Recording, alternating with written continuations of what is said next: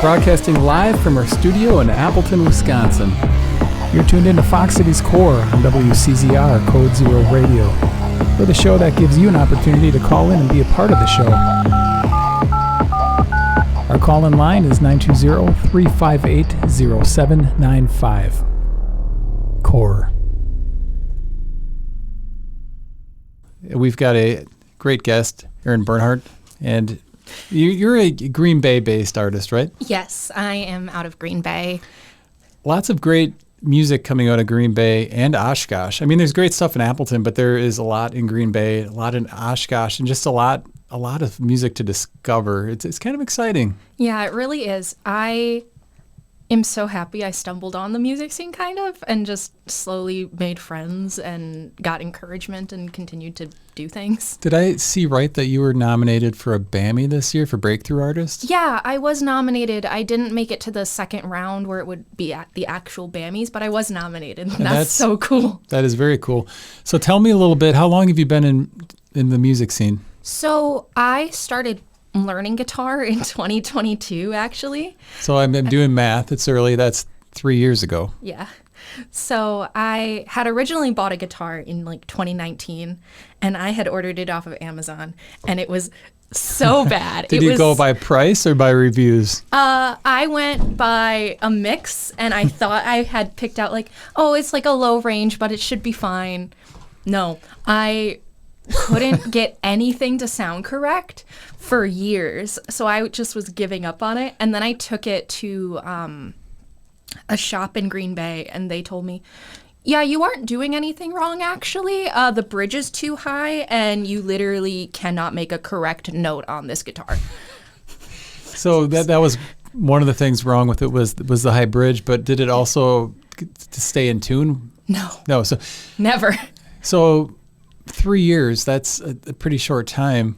Yeah. Did you got something else since then? Yeah, they basically told me, go to a pawn shop, get as much money as you possibly can for this because it's not worth anything, and come buy a different guitar. So I literally did that same day. And then eventually I bought a second guitar that was able to be plugged in because I started going to open mics up in Green Bay just to learn and have fun.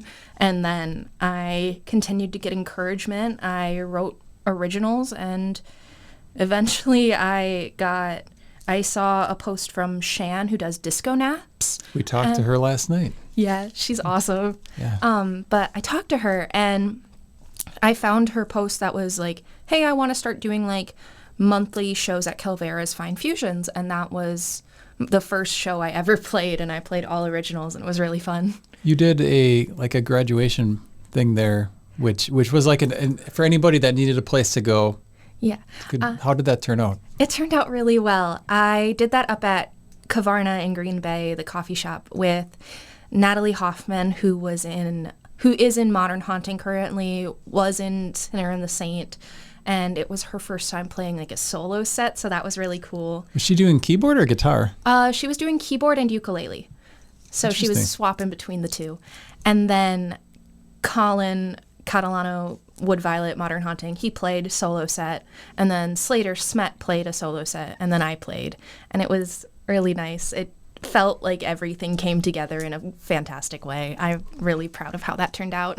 And that's a good example of the Green Bay scene and how people come together in that scene. Yeah. And did you attend the BAMIs at all since you didn't make it through to that second round? I'll be honest, I didn't want to spend the money on a ticket. Well, I give you credit for not saying, yeah, I was there. Yeah, I wouldn't lie about that. I just blatantly was looking at the dates and the times, and it would have been after work for me, and I was like, I could technically make it on time for this after work, but also I would be spending money, and I will just cheer on my friends from a distance. You missed a good Modern Haunting performance. They did like all their bits all like in a short set, which was hilarious. I'm so sad I missed the Modern Haunting set. I I really like Modern Haunting's music a lot, and Before Dawn, and there's so many good bands in the area. I'm constantly trying to get people to listen to local music and going, hey, there's good bands here. Please listen to them. Well, Green Bay sometimes gets overlooked because Appleton, they've got Milo Music, and granted, they've got a lot of Green Bay artists, but Green Bay doesn't really get credit for having its own scene. Yeah. And Kurt Gunn, who's going to be here later, he's from the Green Bay scene. Nice. But are you self-taught on guitar? Did you take lessons? So I started out taking lessons, and then my schedule kind of got inconsistent, and I couldn't keep going with the lessons. But for about a year and a half, I was taking pretty consistent either weekly or bi-weekly lessons up in Green Bay. And that was really, really helpful with getting started because I don't really have much music experience. When I was in high school and middle school, I wasn't a band kid. I never did that. The closest I got was chorus. And that was only 1 year. So for me, it was, this is a lot of information and I don't know how to hold my hands. So I needed that to get going. Were they teaching you music theory as well, or were they teaching you how to hold it and then showing you tab? Mix of tab and holding it and things like that. We were getting into a little bit of music theory and things, but it wasn't a lot of the focus. It was more of just getting in and actually playing. So you got enough lesson where you kind of knew what you were doing and then you just pushed ahead. Yeah, and I keep doing a lot of self-taught things. I've been trying to get into learning more of music theory, and I recently actually got a keyboard so I can start learning piano as well, which now that I know more things from learning guitar, it's a lot easier to be learning that than it would have been otherwise. So 3 years ago you started, then you recorded some songs. Where did you record those? So the two I sent to you, I recorded actually with NWTC's audio production class. Chris, I believe his last name is Cuborn. He is so nice. I was attending NWTC for my marketing degree. I was finally finishing it, and I graduated this May, which is why I did that graduation show. But I have a friend that works in the library there, and she forwarded me the email like, hey, anyone interested in recording music? We need an example for the case. So all of my other stuff is completely DIY, like a microphone and my laptop and Audacity and just running with it. So that was a really cool experience to actually get to be in a music production environment. And they were so nice, and they sent me all of the files to look at. So there was about 4 students, and they each had to edit the songs. So I recorded about 5 songs with them. Some of them I haven't released yet. I'm planning to release all of them as an EP. But there's about 5 songs, and I released them, and it was so cool to see the different ways the different people interpreted them, because I got 4 copies of each song, which was crazy. 4 different mixes of each song? Yeah, from each individual student, because that was literally their assignment. They had to do that. That's kind of cool. That's almost like a Battle of the Bands when you get all the judges' notes. Yeah, exactly. It was really cool. One of them you could tell really liked echoing effects and distorting the sound that way, while another one really liked the raw take. You could hear the difference, and it's so interesting to me to hear the difference in the way they edit the sound. So you got to pick then the one that you wanted to release, and you still have the other ones in your back pocket if you want to release any alternative versions of it. Yeah, on Spotify I actually released a secondary version of the Exiled song with different editing, because I felt it sounded really cool, but I didn't like it to be the main version of the song. So when I released it through DistroKid, I just uploaded both tracks and made the second one a secondary track.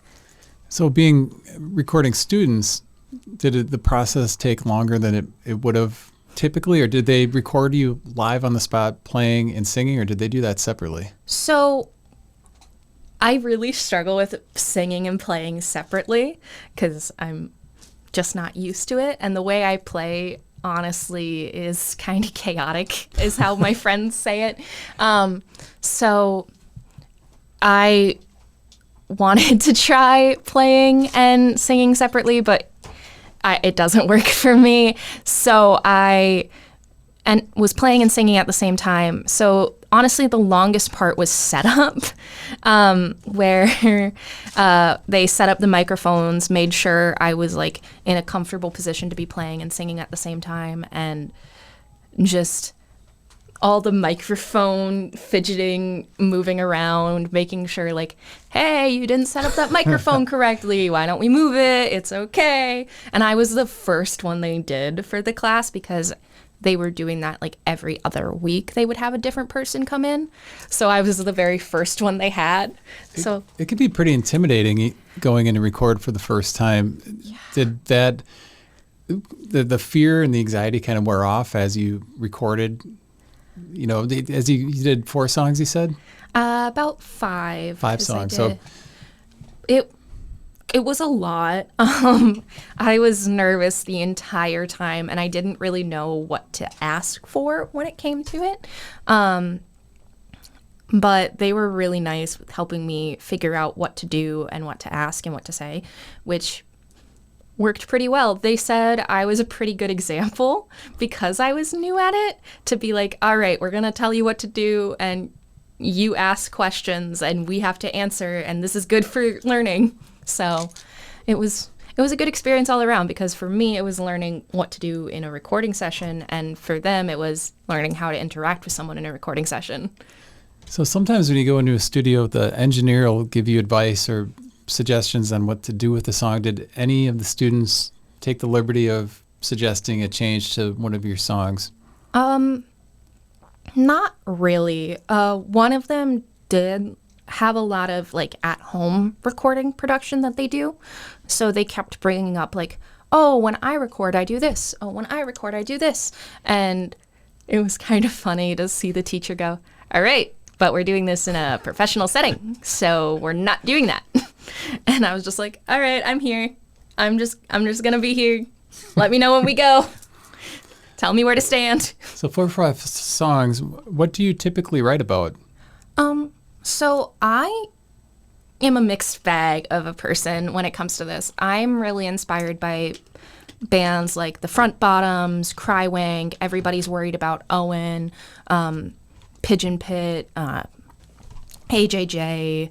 So I really like that like folk punk, anti-punk sound, and it's really a lot. I struggle with some mental health things, so I end up writing about that a lot, but I also, I'm a huge nerd and a fan person, so I go to like anime conventions a lot, and I really like the idea of fan songs, which is basically the music equivalency of like a piece of fan art or a fan fiction.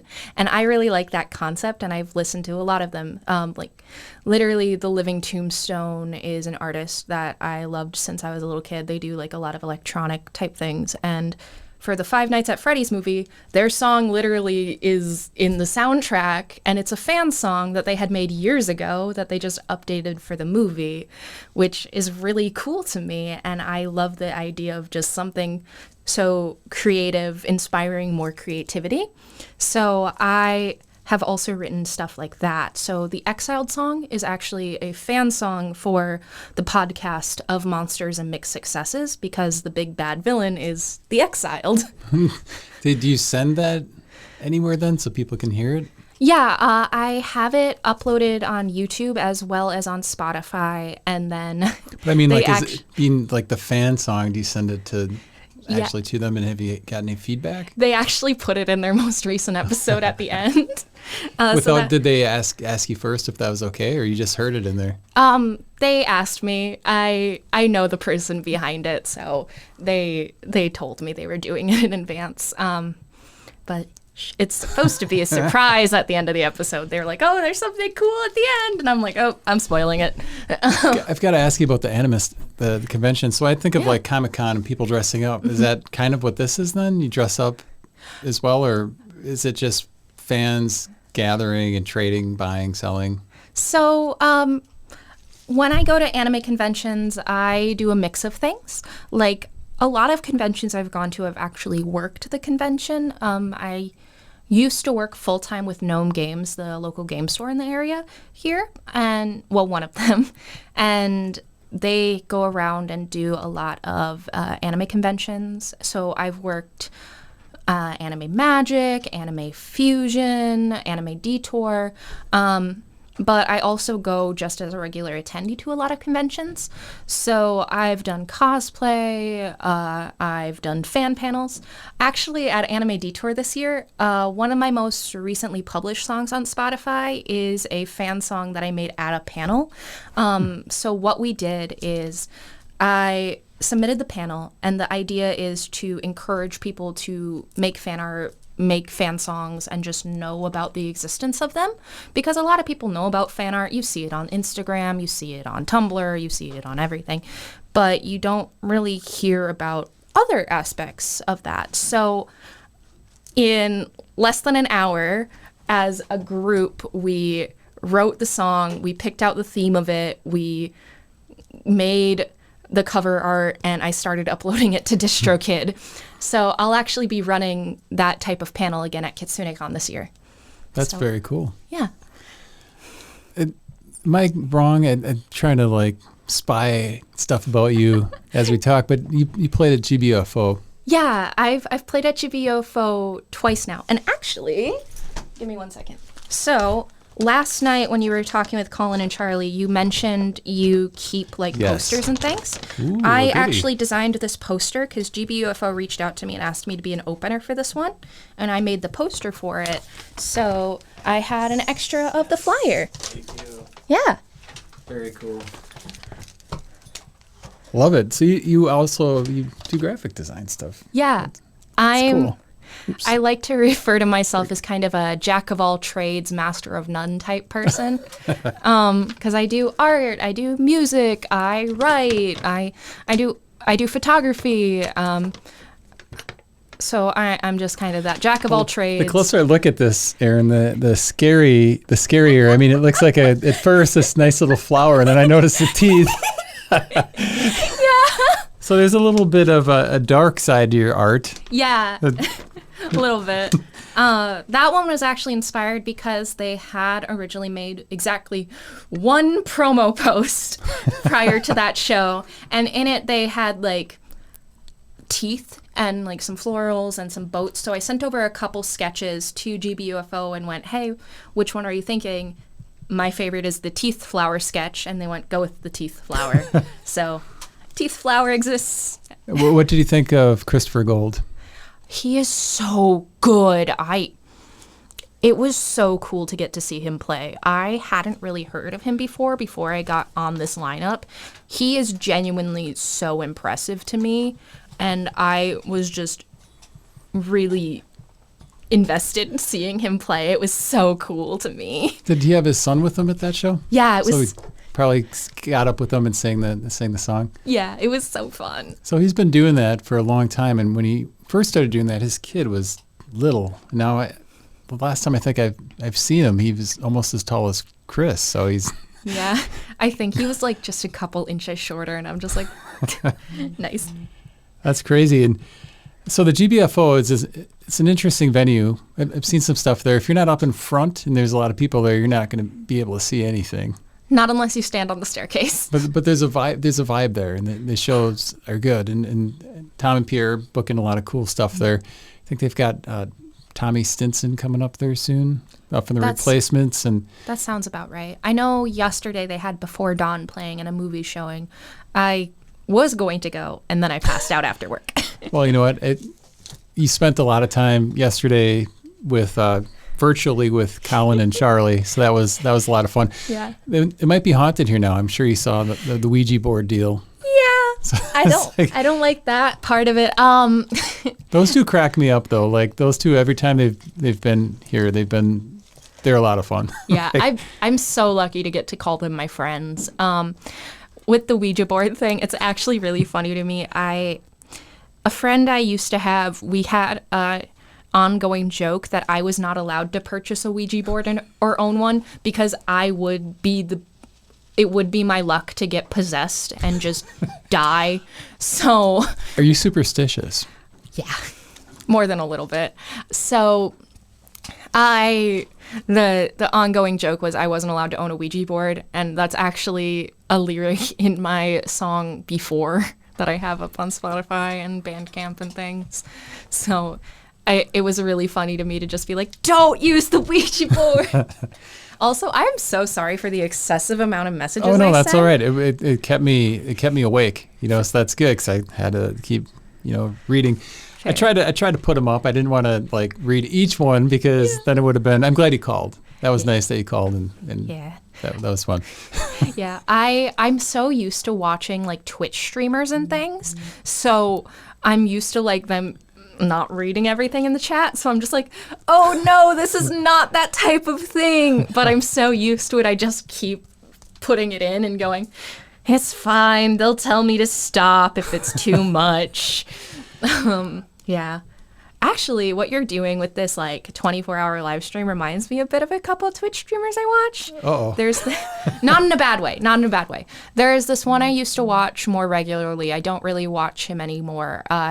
His username is Tubbo, Tubbo, and he does this thing where like he does like a charity stream like once a year, and it just keeps going until like they hit like a certain goal or they don't hit a certain goal. I don't remember how it stops. So people like want it to stop, so they donate to get it over with? No, usually people just like keep hitting it's if they hit a goal, it keeps going. So they usually donate to force him to keep going. And I think the longest he's done is like over a month. Yeah, no thanks. That's fair. I think that would be pretty uncomfortable. Yeah, so there's things that I wish I would have thought in advance about, like bringing a toothbrush. I brought a change of clothes, and I've been like changing clothes like every 6 hours or so, but the toothbrush is something I regret not bringing. I was hoping I had one in my bag, but I looked and I don't, so I'm going to keep my distance just in case. But No worries. So is there a place you haven't played yet that you'd like to? Obviously, you're still pretty new on the scene. Yeah. Have you played in the Fox Cities yet? Only the Calveras show. Honestly, I'd love to play nearly anywhere. At this point, I love getting the chance to play. Doing music live is just something I never thought I'd do, but it brings me so much joy now that I do it. I'd love to play literally anywhere in the Fox Valley. That sounds amazing to me. Fox River House would be especially cool. Yeah, I don't know. Well, so I was asking Michael Grabner earlier about playing and what is a distraction. He said it bothers him, and he knows that it's not like really, it shouldn't be an issue, but when people leave when he's playing. And specifically, he was talking about Mile of Music, where people are hopping from place to place, seeing a couple songs. And I thought that was a relatable comment because he said he knew what, they were at least there, and they were, but it's something, is there something that just it makes you anxious when you're playing? Because there's a lot going on. You're trying to focus on playing, but you're also probably conscious of everyone around you. And are you like anxious to please when you're performing? Yes, I am just an anxious person in general, though. Actually, what time is it? Yeah, it's 9:00. I'm going to do something a little bit funny and take my anxiety medication during this question. That's a first. First time. Let's go, sertraline. But yeah, I'm just an anxious person in general, if you couldn't tell. So I deal with it, and I try to use the anxious energy I have into playing, which is one of the reasons why my music ends up so chaotic sometimes. I don't play with a band, and I probably will not play with a band for a while or a long time because I'm still working on hitting beats at the correct times and things like that. Do they use when you're in the studio? Did they use a click or anything, or you just played and then went at your own tempo? They just hit record essentially. 1 second. But basically they just hit record. I'm still working on playing alongside like a metronome or like a drum looper, but I'm not great at it yet, admittedly. And the few times I have played with a band, it's been like a drummer following along with me. And honestly, half the time it's been like a drunk guy at an open mic coming up and being like, hey, I can play along and play drums. And I'm like, I'm playing originals. I don't know if you'll want to. And they're like, let me play drums. And I'm just like, I guess, okay. Would you be open to it if the right people came along and wanted to start a band or be in a band? Oh, for sure. It would just take a lot of practice for me. I would absolutely love to play with other people. I really like rock and sounds and harder punk and things like that. So I would love to get into playing stuff like that. But right now I'm just kind of in that like acoustic folk punky genre because it's a lot of what I love. Well, and you named some of the mainstream artists that you liked, and I felt super old because I hadn't heard of any of them. But they aren't mainstream. Okay, good. It makes me feel a tad better. But as far as like the local scene, and you mentioned the Modern Haunting crew, and as far as like playing with them, besides like the open mic with Colin, have you played a show with Modern Haunting yet? No, I haven't. I would love to at some point if Colin and Charlie want me to. But Colin, Charlie, if you're watching, Erin would like to play a show with you, but she needs you to ask. You need to ask her. I go by vampire rules. If I'm not invited, I don't ask. Unless I'm the one organizing it, I don't ask. So that would be probably a dream of yours to play with Modern Haunting. That'd be really cool, like genuinely. All right, here's a serious question for you. If you had the option to play with Chris Gold again or Modern Haunting, who would you choose? Don't ask me that. I already did. Oh no. That's going to be mean you can just say pass. Pass, because that would be mean to pick. How could I pick all three of us on a set? I've got to ask some hard questions because otherwise I'm just throwing softballs. You can opt not to ask. This isn't a pressure show. So it would be Modern Haunting, though. Probably. Sorry, Christopher. I got to message him quick. Hold on. Oh, no. I'm kidding. So are your family supportive of your music? My parents did come out to the graduation show, and my mom was surprised that I swore in my songs. Oh, surprised in a bad way? Not really. I learned my bad language from my mother. So, I don't think she was that surprised. I think she was more like, they swore in public. Was it cool for her, though, to hear you recorded? Yeah, she was... they had been asking for months to be like, tell us when you're playing. And I'm just like, okay, maybe. And yeah, so it was nice. I was really excited that one of my sisters got to come. We have an age gap. So we... Older or younger for her? Older. I'm the youngest of my family. So it was really nice to get to have her there because she's one of those people that introduced me to a lot of music when I was younger. Like, she gave me her old All American Reject CD, her Fall Out Boy CD, and she was really into like 94.7 when we were younger. And her music taste definitely influenced my music taste. I remember she had bought Evanescence's Bring Me to Life and had it downloaded on the family computer.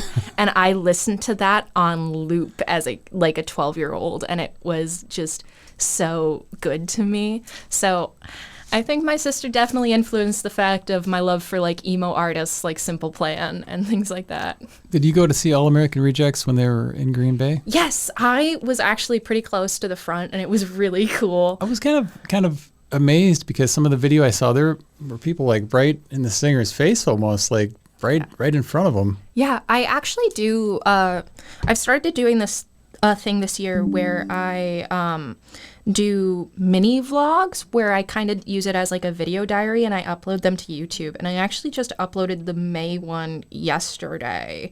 And I'm blatantly sending it to you now because I included a snippet of the All American Rejects show. They're like 2 minutes long usually, but it's really fun. And it's just little snippets that I enjoy from what's going on in life. And it helps me. You said you're doing that once a day? Once a month. Once a month. So I have one for January, February, March, April, and I just uploaded the May one. Yeah. That's cool. How long do you think you'll be able to keep that up for? I plan to do one at least one a month every month this year. So I don't know if I'll keep going after this year, but I really liked the idea of doing it for at least a year because it's just short little video clips. Yeah, and again, jack of all trades. I also like to do video editing. You probably remember stuff that you forgot you did.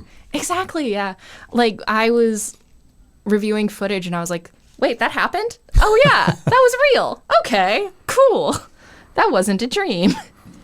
Well, Erin, where can people go to find your music? Do you have a website for your music, or do people have to find it on streamers? So right now it's on streaming. I plan to make a website. I actually graduated with my marketing degree, so I've made an LLC for marketing, but I haven't finished the website for it yet. I'm planning to make a subsection of the website, just like a secondary tab with music information. So eventually that'll be up, but it's still a work in progress for me. So right now some of it is on Bandcamp under Erin Bernhardt. It's on Spotify. It's on Tidal. It's basically on every streaming platform possible. So it's all on there. Plus, it's on YouTube. So. Well, I love it, and I hope that you're not a stranger to Code Zero Radio here. And, of course, we've communicated a little bit. And this is the Clubhouse. You're welcome as an artist. You've got a key to visit us whenever you want. So if you have anything to promote, let us know. I would love that, genuinely. Loved getting the chance to get to know you today. Yeah, and thank you. Hopefully we'll get to talk again soon. When you get that EP done, let's talk again. I would love that.